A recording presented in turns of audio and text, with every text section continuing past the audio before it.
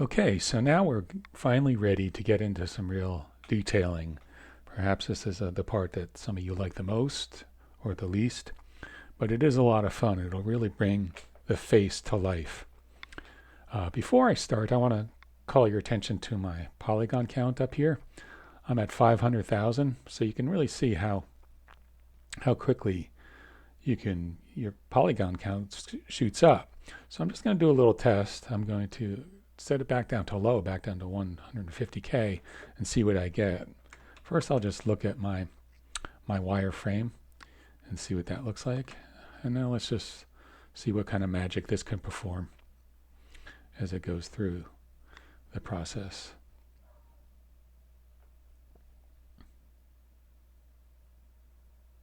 All right, I saw a little bit of a shift. But I'm going to leave it at that. And if we want to sharpen up some little bits that were lost, we can. It was really in the teeth, and it's not that big a deal. So now we're at 150,000 polygons instead of 500,000. So again, keep that in mind as we work. So I have my Angry Man reference up, and I'm going to focus right now on the area around the eyes and really get some of that tension in there. So I think I'll use the clay buildup brush to a little more depth and puffiness to this lower eye area.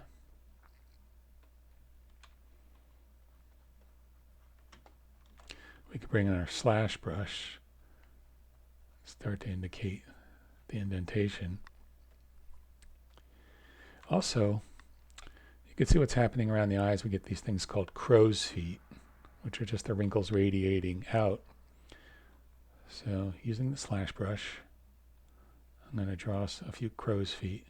Try not to make them too even in terms of the spacing. And definitely at the corner of the eye, you're going to get some. And maybe even one coming down like that. And maybe even a little one extending onto the cheek. So you can see he's getting much angrier as we work. Okay, turning my attention to the bridge of the nose, we really got to get something going on there since there's a lot of flesh scrunching up. And again, I'm working with symmetry, but I will be turning this off soon to really make both sides different. That'll really make it look organic. Put that little furrow right there. We could even indicate some deeper grooves here, like everything is converging towards the bridge of the nose. All these wrinkles.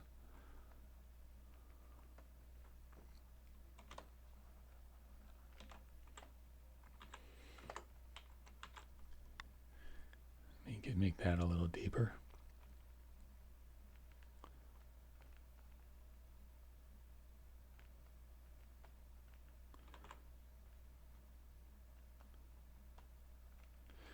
So moving up to the forehead,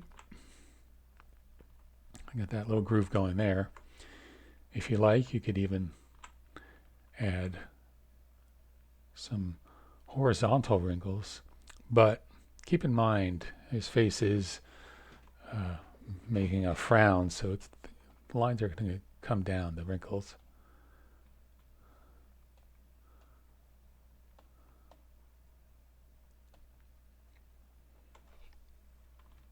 Actually, I'm going to make it a little even more angular. I'll do something like that. Yeah. So, one thing to keep in mind as we're doing wrinkles is, unless they're just very fine wrinkles, you want to indicate that the flesh is actually puffing out as it's contracting. So for that, we could use the standard brush or the move brush, or the inflate brush. So I'll show you what I mean. Let's use the inflate brush. It helps make it look a lot fleshier, less carved in. I really feel like flesh is being displaced as the character's making this expression. Let me really bring it out there. Puff out these.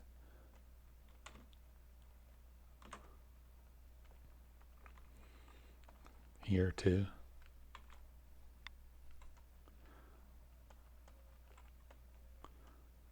Yeah, so it really feels like, hopefully you can see how that's making it look a lot fleshier. Let me bring that up too.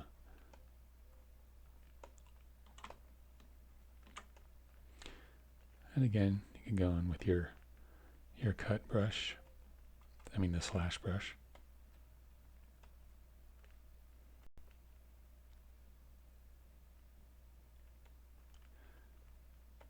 Do some finer ones, finer wrinkles.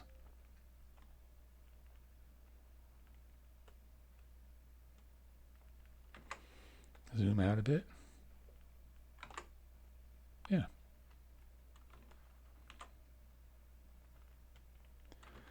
Maybe not that far back. Soften that a little bit.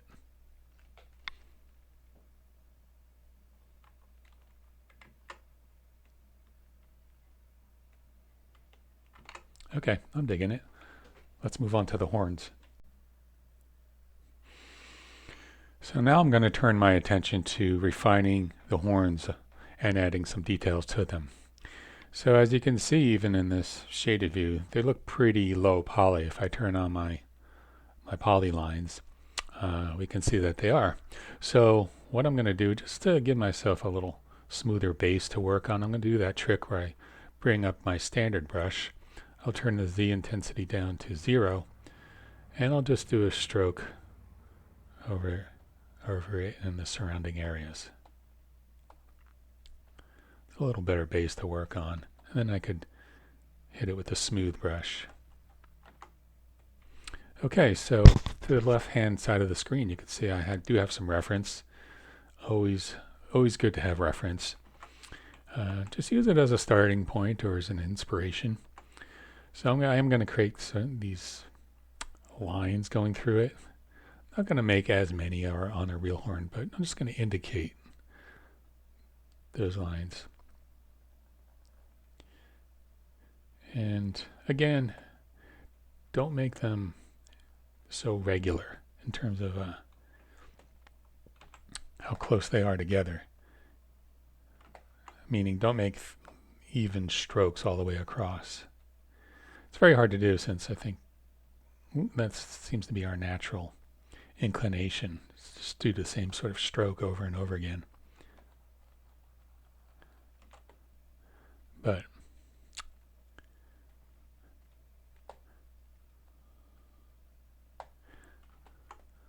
I'll mainly do the front halves just so you're not seeing me do these same boring lines all over the whole model.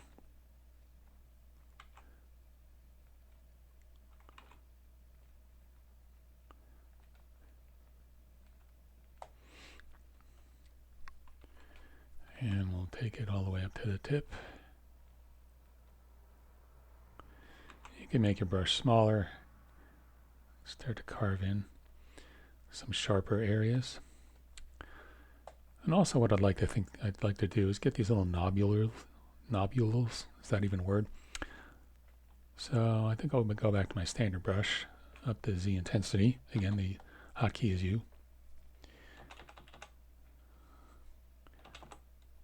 Let me bring that up. I'm going to carry this down into the head a little more.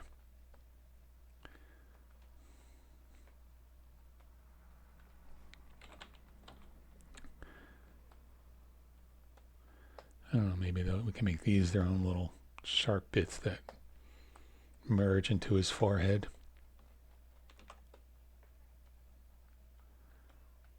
Carry some of that onto the horn.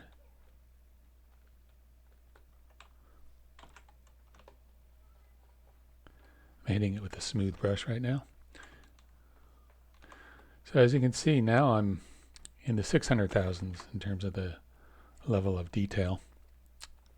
In a moment I'll reduce it, but I won't be reducing it back down to 150K. Maybe I'll do the medium, which is 300K.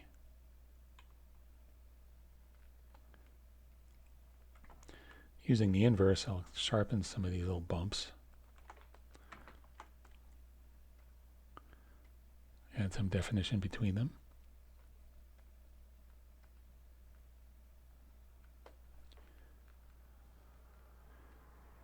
Again, the inflate brush will bulge out areas, but it's not adding polygons to it, so that's a good thing to keep in mind.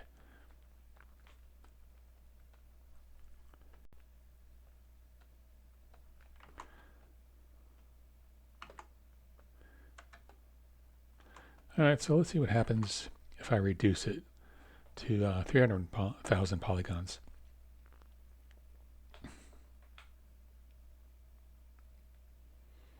I'm paying attention to areas that I've already added detail to, see if there's going to be any noticeable difference, and no. Still looking pretty good. Alright, so smooth out some of that horn again. And like I said, I'm not going to be doing the back half. You get the idea. I'll do that off screen.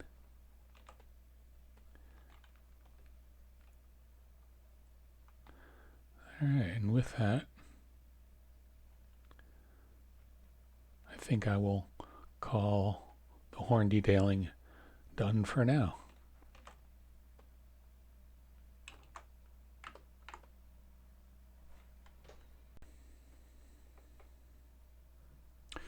So now I'm going to turn my attention to adding some detail around the mouth area and the nose. So as you can see, I have some reference up on the left side of my screen, taking some cues for some nice wrinkling that happens around the muzzle of an ape. So once again, going back to our /3 brush, let me just define that nostril area a little more. And I'm going to create some vertical wrinkles going down. Just a few, and again, remember not to keep them too even. Just a few. I don't want to make it that heavy. And then we'll do some cross wrinkles, cutting into those, radiating down a bit.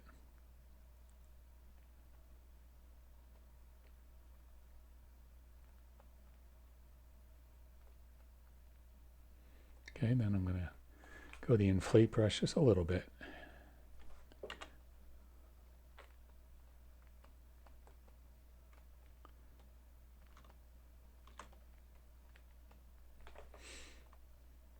Okay, looks pretty cool. Maybe I'll do a little more on the lower lip here. Let me just make it a little round. It has a harder edge to it. Get a feeling like that skin's being pulled back. Puff out that lower area a little more.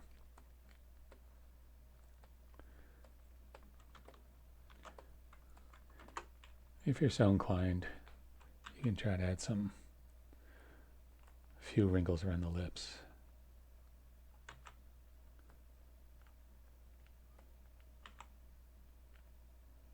And these lips also have horizontal and some vertical lines cutting across them.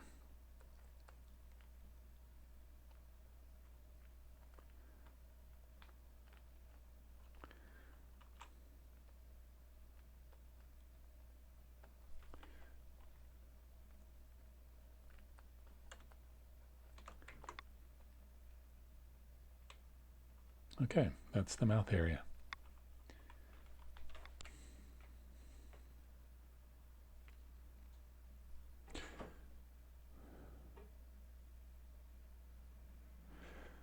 The last area I wanted to address before moving on is the neck area. So I'm just going to add a little more definition and some tension to really tie the whole character together. So right now I'll just use my clay buildup a little bit and indicate a little divot there.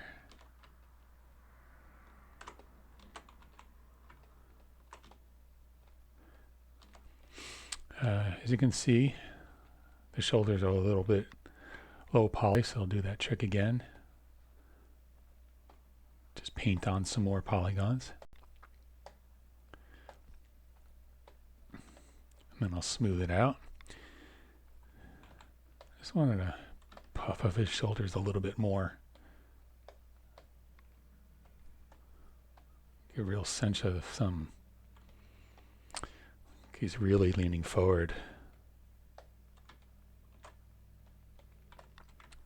I haven't addressed the back of the head too much. I'm just going to take the clay buildup and I'll just throw down some strokes indicating like some neck wrinkles. You want to think like he has thick skin there. It's maybe bunching up around the back of his neck and head. Take it onto the neck muscles there.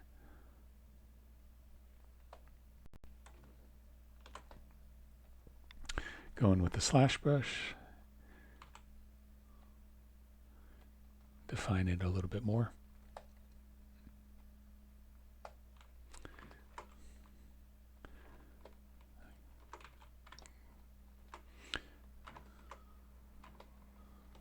So another thing I wanted to illustrate that helps create tension is, if you see to the left side of the screen, we have this thin sheet of a muscle going over all these muscles. And when you do create an expression like this, you'll sometimes see these tendon-like areas pop out. So let's give them a little tension like that. Something I wanted to illustrate, if I turn off the y-axis and go to the XYZ, I can rotate the model to an angle like this and snap to it, which enables me to draw at angles that might be more comfortable with how your hand moves across the stylus or across the drawing tablet.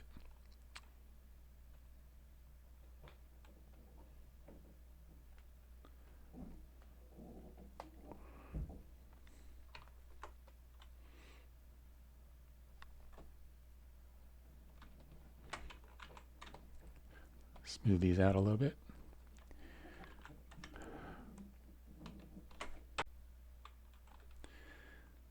Just using the move brush to straighten that out a little bit. And let's add another one over here.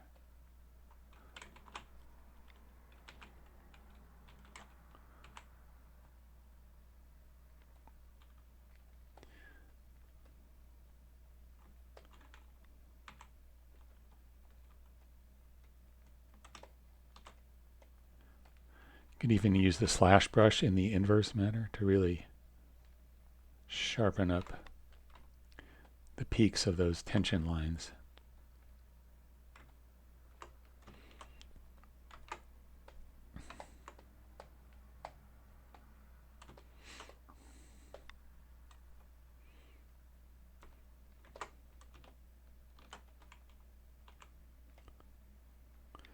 Add a few more neck wrinkles, and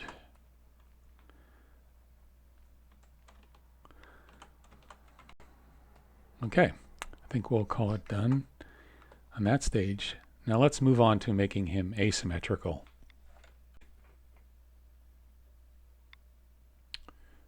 Okay, the final step to really bringing your character life and making it feel organic is to take off the symmetry training wheels and just add variations on from side to side so it doesn't seem so perfectly even everywhere.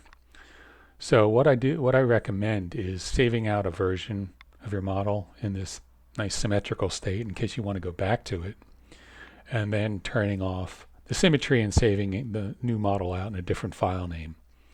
So let's go. The hotkey is X, so we can just press it and you can see the symmetry button is off. So the first and easiest way to do this is you can just use the move brush and change one side to the other. It could be somewhat subtle. These are just little changes for now.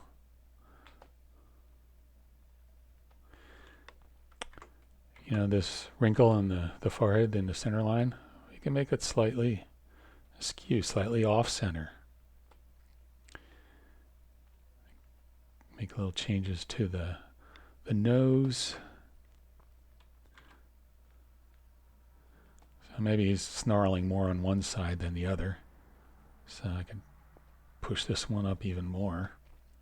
Bring this one down a bit.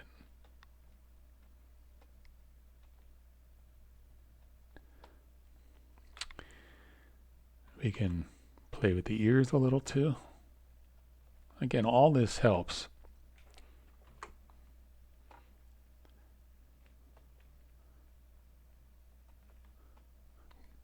In a moment, we're going to do some sculptural changes too, meaning with some of the other brushes, not just sliding things around to make the wrinkles a little different. Let's go in and just make his teeth a little more uneven.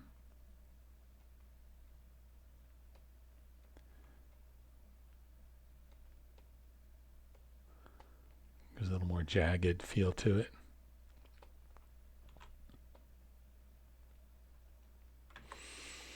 Okay, another thing I'm going to do is I'm just going to lift up one shoulder. Maybe lower the other, almost like he's got one arm raised, you know, trying to create the illusion that there's something more going beyond just the bust you're seeing.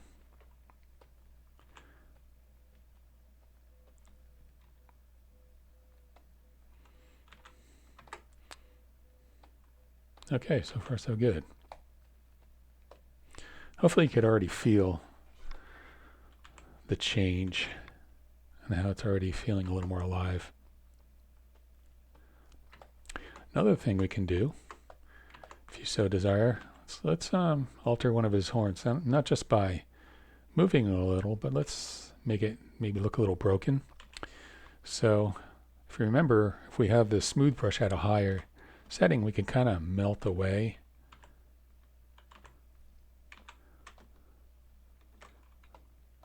some of the polygons, and maybe we can make it look like it was a little broken, something like that.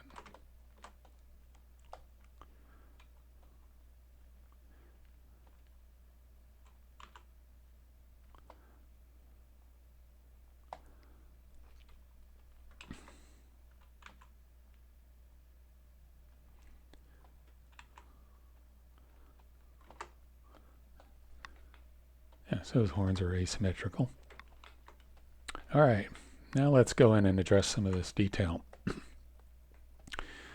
So what I'm going to be doing is maybe erasing or filling in a little bit some of these areas.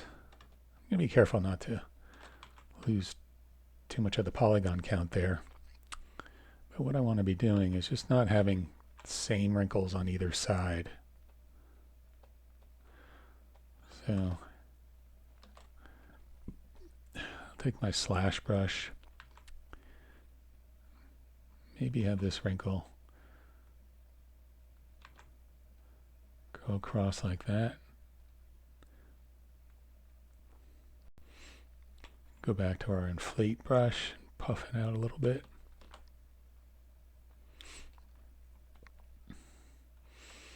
Let's do something a little bit different there, so it's not the same on both sides.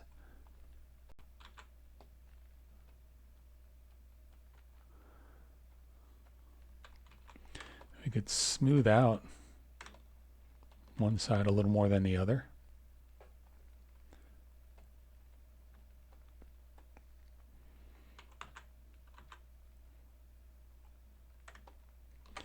So let me address these forehead wrinkles there. I'm going to smooth out one side and carry this one just a little bit past the midline. Whoops. And then I'll add another one sort of overlapping like that.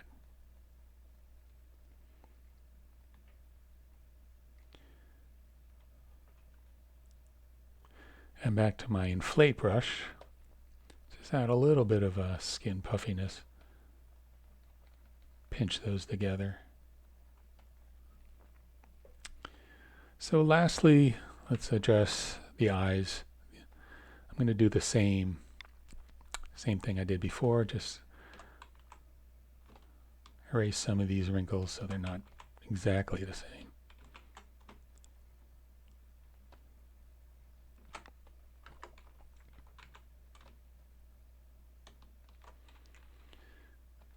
Go back in off my slash brush and maybe just, have that wrinkle go like that.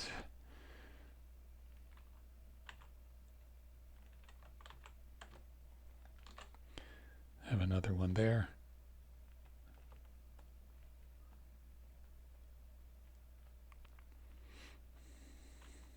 And so on. So hopefully you get the idea, and not just the idea, but can also see how this really helps just make a model feel more alive by adding asymmetry. So one last thing I'd like to show you, if you want to add this to your model, is I'm just going to add some pupils.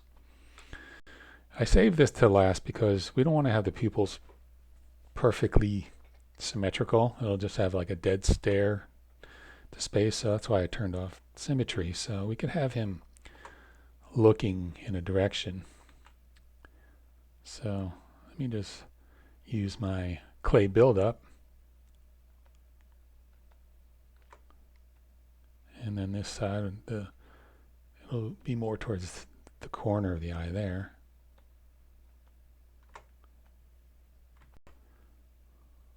See, that even brings him more to life. Doesn't quite have a soul, he's a demon, but